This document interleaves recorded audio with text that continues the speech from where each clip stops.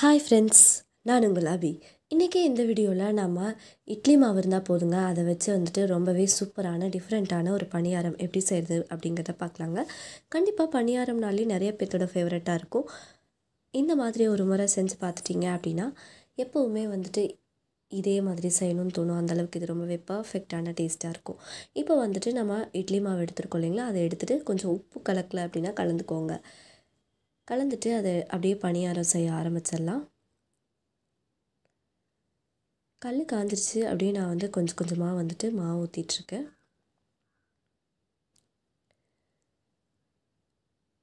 அடுத்ததாக இதுக்கு மேலால் கொஞ்சமாக கரும்பு சக்கரை தூவி விட்டுக்கோங்க.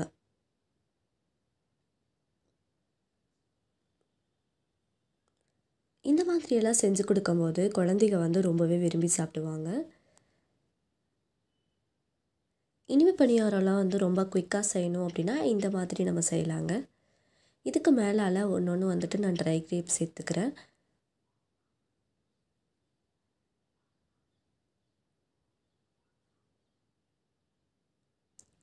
இந்த மாதிரி ட்ரை கிரேப்ஸ் எல்லாம் வந்து சாப்பிடாமல் இருக்க குழந்தைகளுக்கெல்லாம் இப்படி செஞ்சு கொடுக்கும்போது ரொம்பவே விரும்பி சாப்பிடுவாங்க.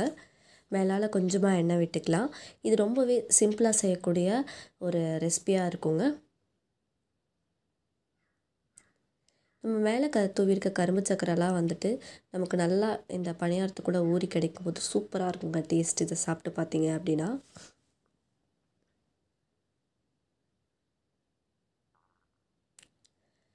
அடுப்பை மீடியம் ஃப்ளேமில் வச்சிங்கன்னா தான் கரெக்டாக இருக்கும். இல்லைனா வந்துட்டு உள்ளுக்குள்ளெல்லாம் நமக்கு வேகாது.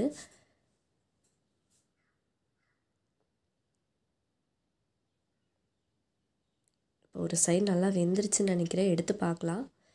இந்த மாதிரி ஒரு மைகோதி இருந்துச்சு, இல்லை ஸ்பூனோட பேக் சைடில் திருப்பி கூட நீங்கள் எடுத்து பார்க்கலாம். இன்னொரு 1 நிமிஷம் விட்டோம்னா நமக்கு கரெக்டாக இருக்கும்.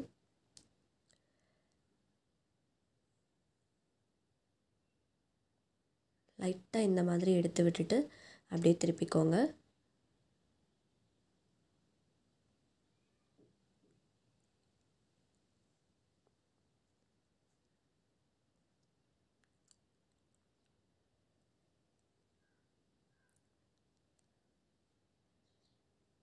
இது மாதிரியே எல்லா பணியாரத்தையும் வந்துட்டு நம்ம திருப்பி போட்டுடலாம்.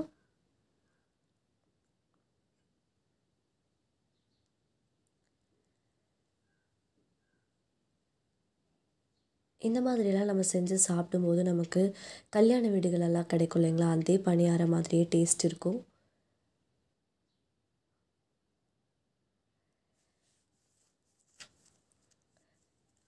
திருப்பி போட்டதுக்கப்புறமா அந்த சைடும் நல்லா வேகிற வரைக்கும் வெயிட் பண்ணிடலாங்க. இதை திருப்பி போட்டதுக்கப்புறமா வந்துட்டு நம்ம அப்படியே எடுத்து பார்க்கலாம். இந்த சைடும் நல்லா வெந்துருச்சு. நம்ம கரும்பு சக்கரை போட்டங்காட்டி கலர் மட்டும் நமக்கு மாறி கிடச்சிருக்கும்.